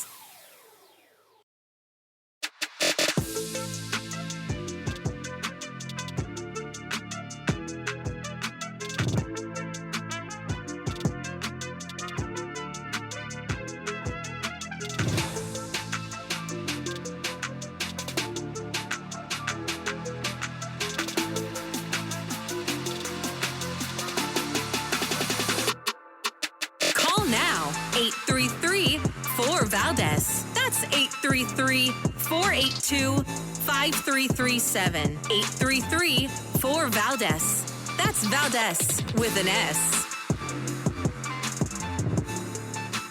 All right, America, welcome back. We're going straight to your calls. 833-4-VALDEZ, 833-482-5337. Let's go to James in Santa Fe, New Mexico. KDGO, go right ahead. Yeah, good evening. How refreshing to hear Valdez, disc jockey, I guess you would call you. And I guess you're in Washington, D.C.? Yeah, I'm out of New York. Oh, out of New York. Okay, well, that's great. No, yeah, I'm out here in the West. And I heard you mention of this lady who was calling, wanting to find a man that'll pay all her expenses when she dates him, I guess.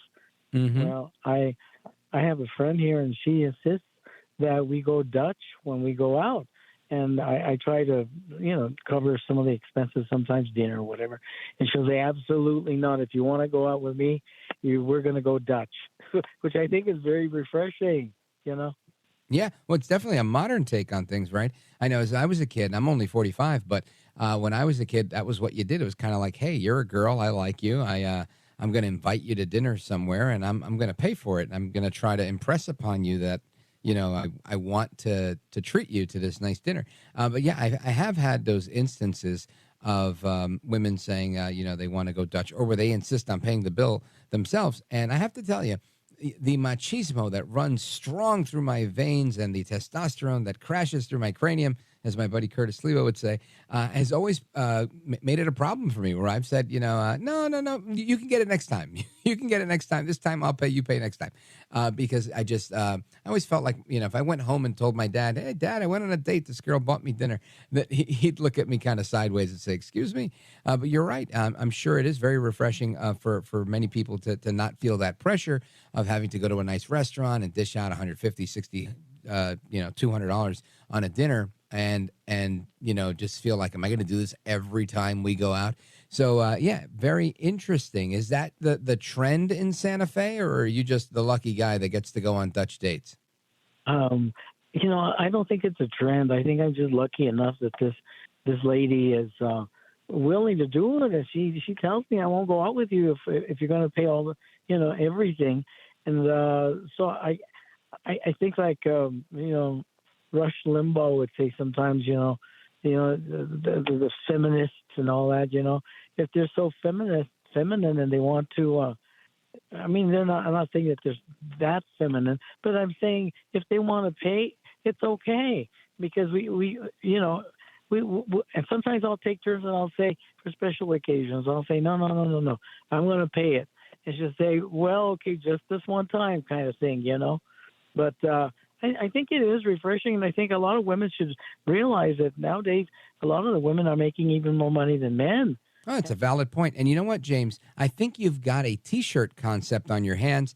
If they want to pay, it's okay. Thank you, James, for the call. I appreciate it. James in Santa Fe, New Mexico, KDGO. Excellent call. Thank you very much. We're going to get to the rest of your calls on everything from China to the FBI to Trump to illegal aliens. Let's continue. Let's go to Frank. Let's see. Frank is in Evergreen, Montana. KOFI, go right ahead. Hey, good evening. Yes, sir. Good morning, whatever. Is this woman from the East Coast? She's from the West Coast. Really? Originally? Or I don't know. I just got that from the article. Oh, okay. I had an experience with an East Coast woman like that. It was just kind of, they're different. They want man boys is what they want. It's just a boy toy. They're not, a man's man is something that's a derogatory term, probably meaning a homosexual, a companion or whatever.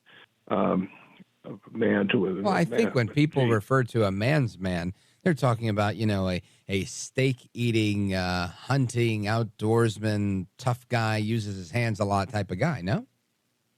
Oh, no, that's a manly man. But no, I mean, she's looking for an artificially intelligent pleasure bot, like probably a graduate of Liberty University.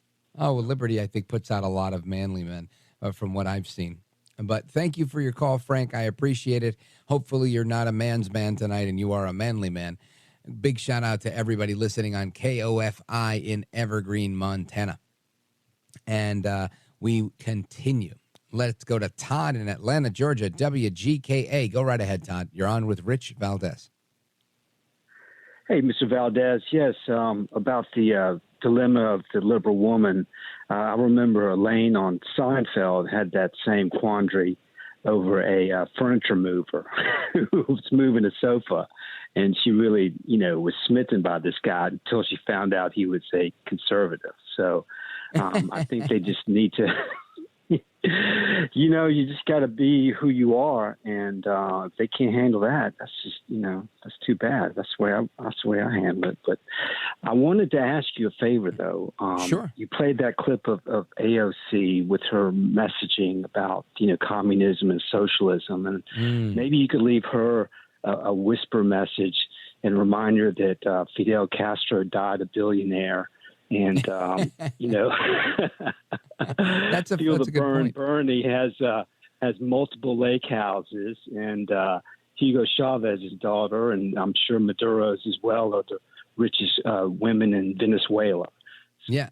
It's a great point. And, it's interesting, Todd, is when I had reached out to her office, and this went on for weeks, and I was calling her out on the radio locally in New York at the time, 2019, 2018. And when I saw her, I said, I'm actually, I'm going to say, hey, what's going on? We tried to reach out to your office. We're not getting any response here. And, I wasn't met with a very warm reception. But what was really interesting about this is that her communication staff attacked me afterwards, saying that I was stalking her at the parade. I was saying, no, I was marching in the parade. She was marching in the group right next to us. I thought it prudent to go and ask her, since she hadn't, ever gotten back to any of our calls or emails. And I would imagine if I were to leave her a message whispering and saying, hey, AOC, Fidel died a billionaire, I think that they would also figure out a way to put that on me and say that I am trying to somehow catcall her by saying that all of her commie heroes are billionaires. But excellent point, and not a very funny one as well. So thank you for your call, Todd. I appreciate it. And we're going to get to the rest of your calls straight ahead. I wanted to just remind you that the phone number is 833-482-5337, 833-4-VALDEZ. And I see that we have a number of calls, and we're going to get to you momentarily. It's just too close to the break where I don't want to have to cut you off, where as soon as you get rolling on your point and, hey, Rich, thanks for taking the call, blah, blah, blah, then all of a sudden the music starts to kick in and you get kicked off, right? Because it's a hard break, and we never like it when that happens. But if you have a quick point, we will definitely go to you. Let's go to Lori in Colchester, Vermont, WVMT. Lori, go right ahead. Hi, Rich. Thank you very much. I guess I'm a different kind of woman. My husband and I were just discussing this the other night, and we've always had a situation where even when we were dating, whomever said, let's go out to dinner, paid the bill. So if I said, hey, you want to go out and grab something to eat, he'd say yes, and I'd say, well, I'm paying the bill. I asked. And he got used to that, and he still is. And we've been together 25, 30 years or so. Wow. Well, that's a long time. That's a lot longer than I was married for, that's for sure. It's interesting, Lori. I go to lunch with a buddy of mine or dinner a couple of times a month, once a month, maybe twice. A kid I've known since sixth grade, and that's usually how we do it. If I call him, hey, listen, you want to go for a steak on Thursday? I'll pick up the tab. And if he calls me and says, hey, you want to grab lunch at the Colombian place on Saturday? Then he picks up the tab. And that's we use a similar rule. So I think that's it's fair. I mean, you got to figure out what works for you. I know for me, I was always the one picking up the tab. That's just kind of how I was raised to be.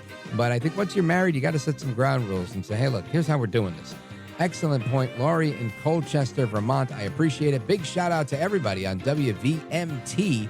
And we're going to continue with your calls and more straight ahead. Plus, I want to talk about central bank digital currencies. So we'll get to your calls momentarily. Don't go anywhere.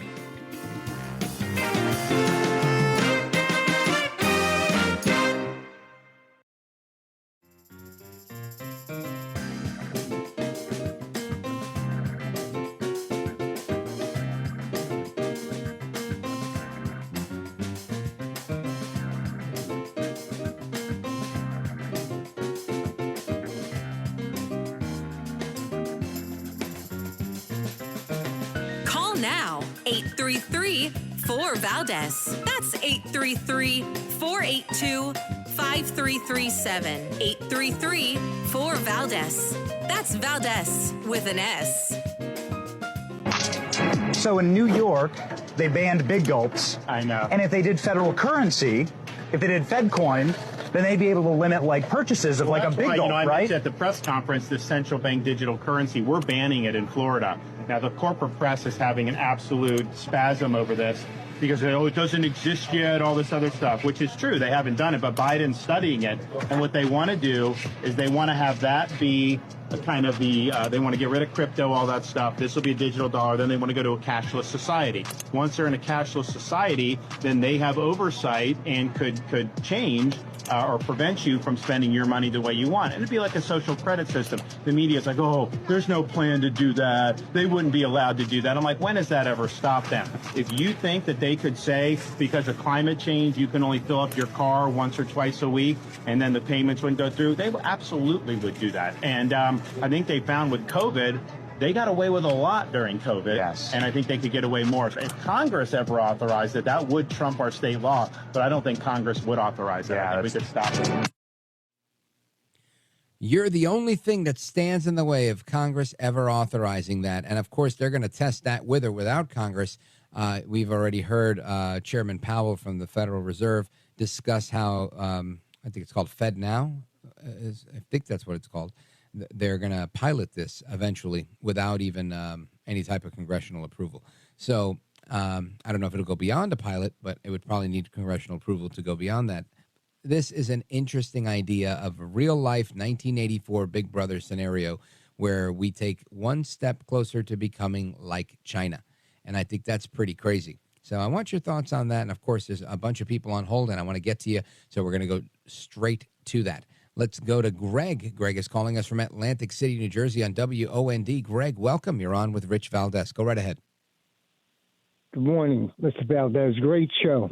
Thank you, sir. I appreciate that. First, I would like to, well, as far as the money, if they plan on voting for it, then that's another question to candidates. Right. So what their feelings are on changing currencies.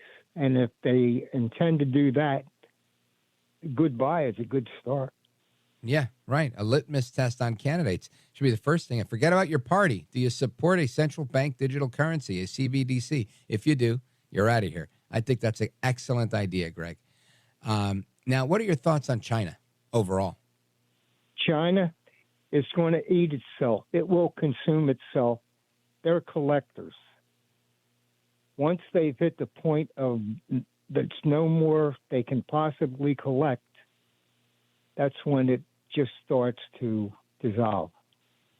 And that will happen. What makes you think that would happen? What do you mean, collecting debt, or what are you referring to?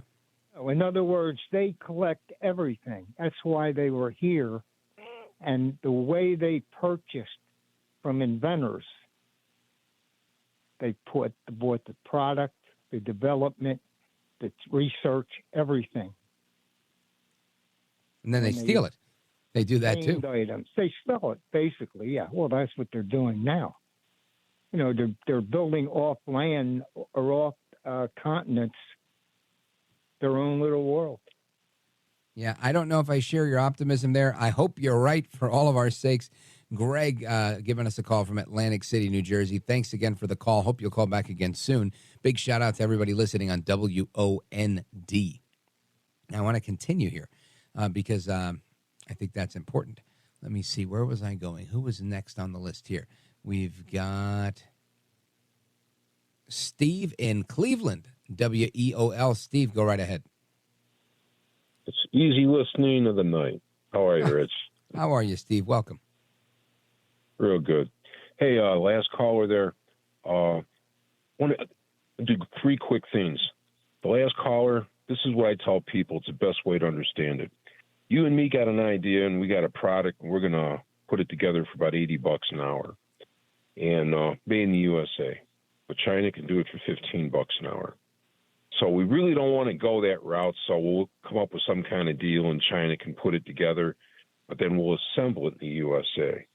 And your most productive car that's assembled in the USA used to be a Cadillac, and it was about 47%. But you have all your information and your products now in China. Who owns that product, you or China? Yeah, good point. China. Now, you know, I will tell you, I bought a Ford years ago. I bought a bunch of Fords years ago, but I remember buying one, a brand new one. And when I peeled the window sticker off, I bought it because I was super proud to buy American. And when I peeled the window sticker off, I remember looking at the price and all of the features of the car. And then it said engine made or assembled in France, and transmission, I believe, came from Germany. And I was like, oh my gosh, I'm here thinking I'm driving some American equipment. And that wasn't the case. Now, just today, I have a Cadillac now. And I was closing the door and I saw this little emblem on the door. And I forget which state. I want to say New Mexico, believe it or not. It wasn't Michigan. But it said proudly made in, and I think it said New Mexico. And I thought, that's pretty cool that GM is building cars wherever. If it's not New Mexico, I'll double check. But it was a state here. And I thought, man, that's awesome that they're actually building American cars in America. Because I thought, they'd kind of gotten away from that. But interesting that you would bring that up, Steve. The other thing was Trump is indicted because they got the goods on Biden and his son, but they got the, what do they call it, the shell companies everywhere, and they're outstaying now. That it's going to take at least 10 years to find all that. So, but let's put it together now, but we're going to give it to you in Florida or whatever. But Trump has the receipts, and the reason they did Mar-a-Lago is because all those people knew he had all the information of all of them and what they did. And if they didn't get it back, Trump was going to keep it. And if he had a chance to get in there, he was going to use it. And last thing is when everybody looks at what's going on right now, socialism is just slowly just soaking into the seams of this country, and people don't use it. Her name is, I don't want to blow this one, Kitty, Kitty Worthman, Worthmann, Kitty Worthman. But she is on YouTube a little bit. If people go and listen to, they got a 3.5-minute bit just about the gun. We'll check it out, Steve. I appreciate it. I hate to do plugs, especially from people I don't know, because, 6.5 million people listening, and I've never heard of this woman, but I'll check it out. And if you ever have something like that, just let the call screener know, and we'll check it out before we talk about it on the air. Thanks for the call. I appreciate it, my brother. Big shout out to everybody listening on WEOL. Let us continue. Let's go. Where are we going here? We just talked to Steve over there. There's another Steve that's in Atlanta, Georgia. Steve in Atlanta, go right ahead. Thanks for taking my call. I really appreciate it. Yes, my pleasure. All right. I guess it was not a pleasure enough. Thank you, Steve. It was my hair. It scared him away. All right. Anyway, we're going to pause right here. We'll come back to the rest of your calls on all of the topics we're discussing. Let me give you the phone number, 833-482-5337, 8334-VALDEZ.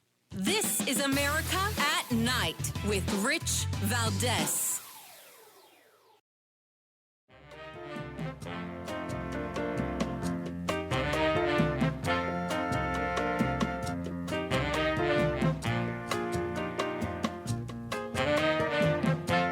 Well, thank you, Rich, and thank you for everything. I know you very well, and I listen, but I have a lot of people that listen, and they love your show, and I appreciate it very much. America at Night with Rich Valdez.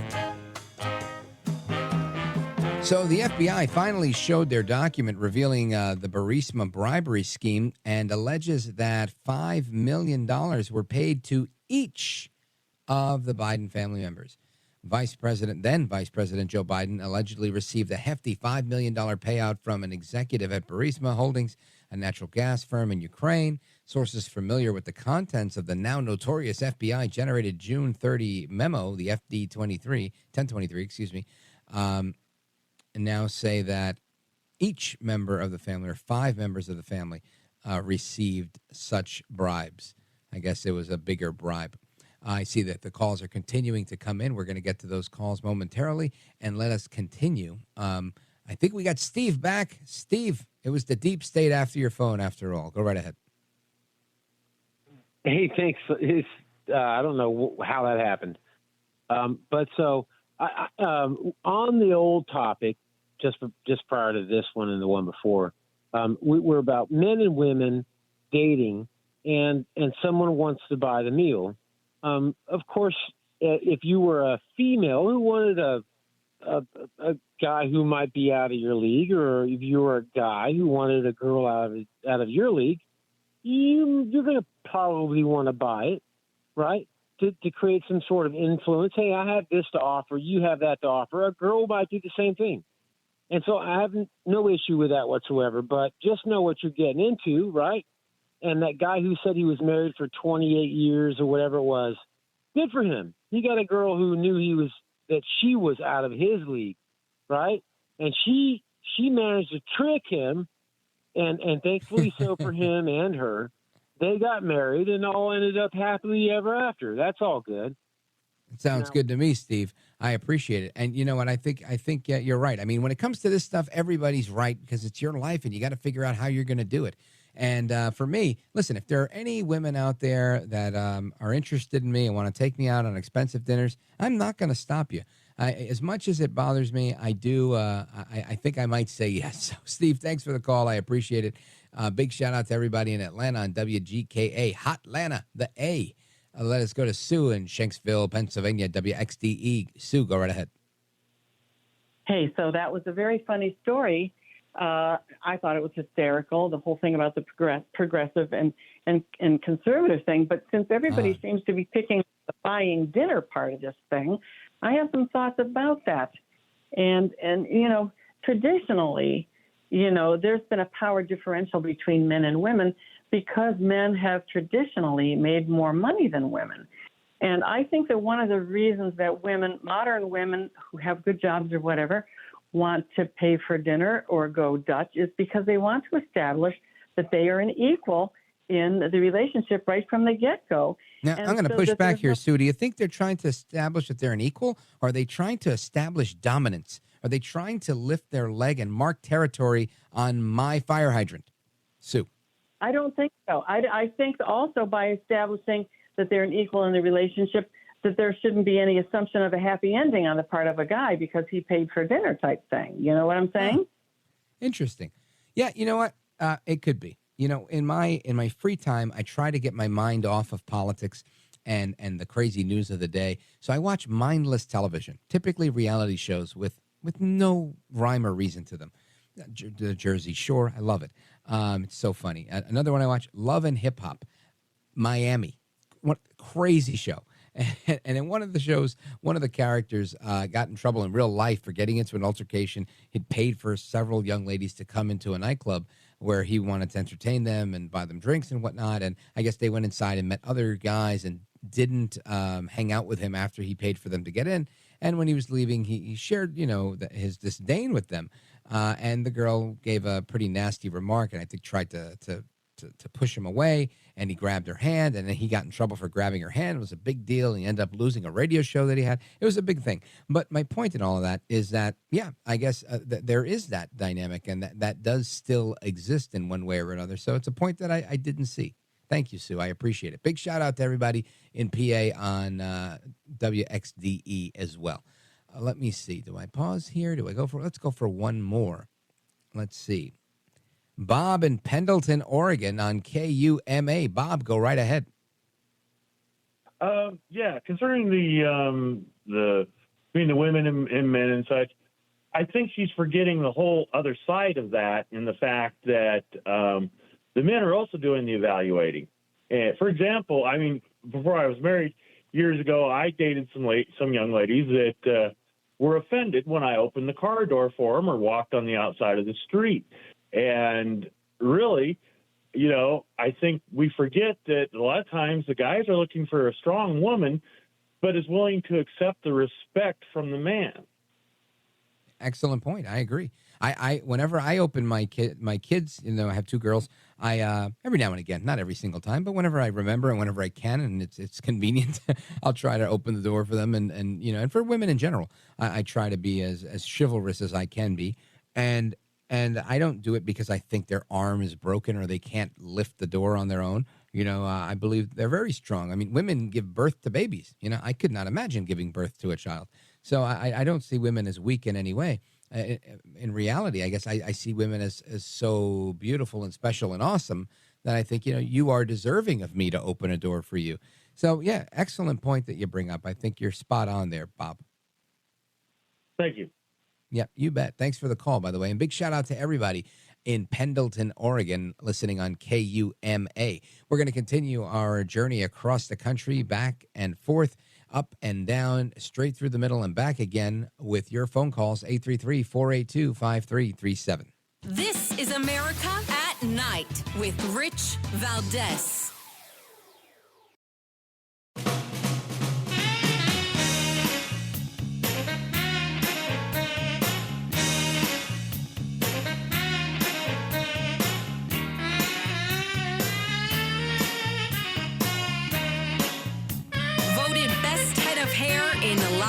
Late night radio, 6 years in a row. It's Rich Valdez. All right, we're doing the speed round here. We're going to go to Michigan, Montana, and Missouri in under 3 minutes. Let's go to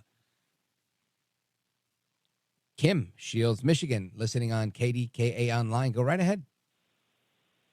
Hi, Rich. Hey, in Kim. regards to soy boys are real men, two real men are President Trump and Hank Williams Jr. Now, to what I called about, this plan that Eric Adams has about bring a illegal to your house for $65 a day. These people are coming, these illegal aliens are coming in with a lot of bad diseases. Scabies, hepatitis, leprosy, TB, AIDS, fleas, just to name a few.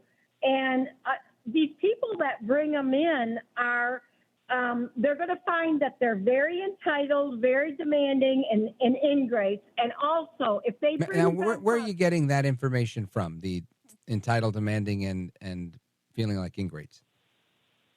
Because I'll give you an example. That hotel where they were putting them up, the people were complaining because they were getting fruit every day and saying they were being starved and that they wanted real food. And then when they took them out of another hotel and wanted to take them to like a big enclosed area with cots, they kind of rioted. That's what I mean. Yeah, well, I've seen the clip you're talking about, and I have to agree. I remember making fun of that, going, wow, they have like a union rep and everything representing their cause here. And they were balking at the fact that they were leaving a hotel in Manhattan and going to like a shelter. That part, yeah, and that particular group, I would say, definitely reacted that way and seemed very entitled. But I don't know if that's true by and large of all of them. But interesting point. Thank you, Kim, for the call. I appreciate it. Let us go to Harry, Lake of the Ozarks, Missouri, KRMS. Go right ahead, Harry. Shout out to the audience. They need to think about this. Yeah. Who made the statement, "We will destroy you from within"? Huh. Now, I'm going to say, because I've read this several times, may be wrong, but this is my guess, that this is from a speech given by, I forget which congressperson, into the congressional record back in the 1950s, and he was citing Nikita Khrushchev. Am I right? That is correct. It was Nikita Khrushchev that originally made the statement. Outstanding. Good job to me. Don't let me break my arm patting myself on the back. And you're right. And that, let me tell you that there's like 50 reasons or 59 reasons why they cite that in the congressional record. It's very worth your while to read it, because if you're a Red Scare demagogue like I am, you'll believe that there's a lot of communism going on in this country, more than meets the eye. Thank you very much for your call. Big shout out to you. And I want to give a shout out to Phil in Butte, Montana on KXLT, who patiently waited for a bit, but we couldn't get to you in time. Phil, have a great weekend. Call us back. And I do believe that there'll be some conflict with China and Taiwan. I just don't know when. Anyway, take care, good night, and God bless. I am Rich Valdez. We're going to do it all again on Monday. Hasta la próxima. Keep it locked on this station.